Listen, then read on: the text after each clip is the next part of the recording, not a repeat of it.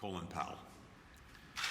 Secretary Powell was beloved here at the State Department at C Street and at our embassies and consulates around the world. He came to the State Department after a long and extraordinary career in the U.S. Armed Forces. He was General Powell, former chairman of the Joint Chiefs, when he walked into the Oval Office to be sworn in as our nation's top diplomat. After that, he was Mr. Secretary.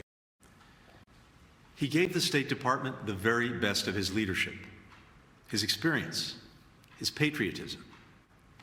He gave us his decency, and the State Department loved him for it.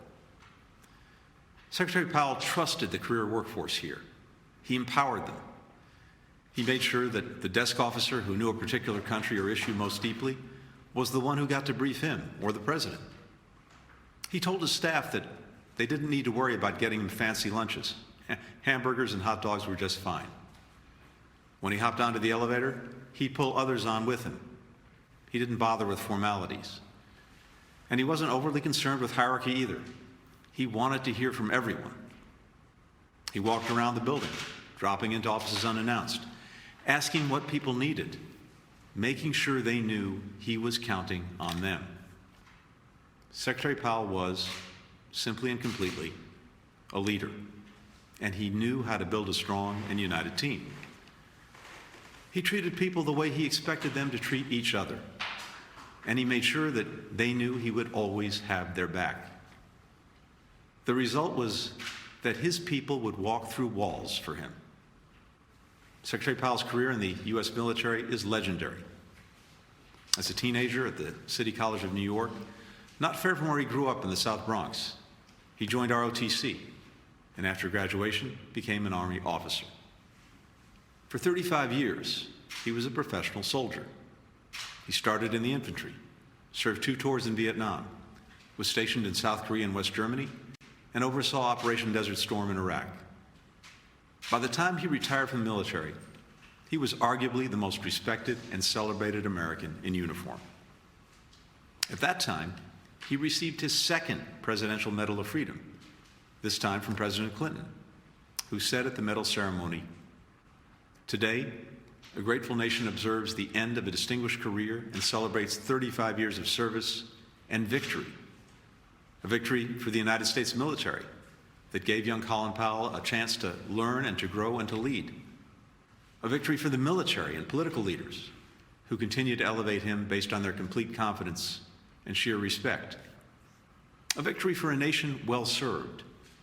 And in a larger sense, a victory for the American dream, for the principle that in our nation, people can rise as far as their talent, their capacities, their dreams, and their discipline will carry them." After that career, Colin Powell could have enjoyed a quieter life, maybe dedicating himself full-time to the organization he founded, America's Promise, to help young people from underrepresented communities like the one where he grew up. Instead, he started a new career in diplomacy. And I believe Secretary Powell's years as a soldier are what made him such an exceptional diplomat. He knew that war and military action should always be a last resort. And to make that so, we need our diplomacy to be as robust and well-resourced as possible. He called for increased funding for state, which then, as now, was just a fraction of the Pentagon's budget.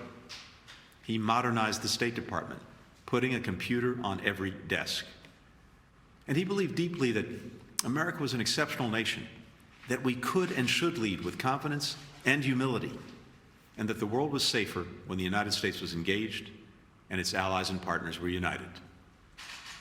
Future military leaders and diplomats will study Colin Powell's work, like the Powell Doctrine, that hammered out criteria for when and how the United States should use force, and his support for expeditionary diplomacy, diplomats and military working together to bring stability to high-threat environments. He was a man of ideas, but he wasn't ideological. He was constantly listening, learning, adapting. He could admit mistakes. It was just another example of his integrity. As is probably evident by now, I was a huge admirer of Secretary Powell's. I always will be. And he was very generous with me. This past 4th of July, we spent a few precious hours together, talking about the State Department, discussing all the challenges we're confronting around the world. Two things were clear. Secretary Powell's depth of knowledge about world events was unmatched, and he loved the State Department and wanted it to thrive.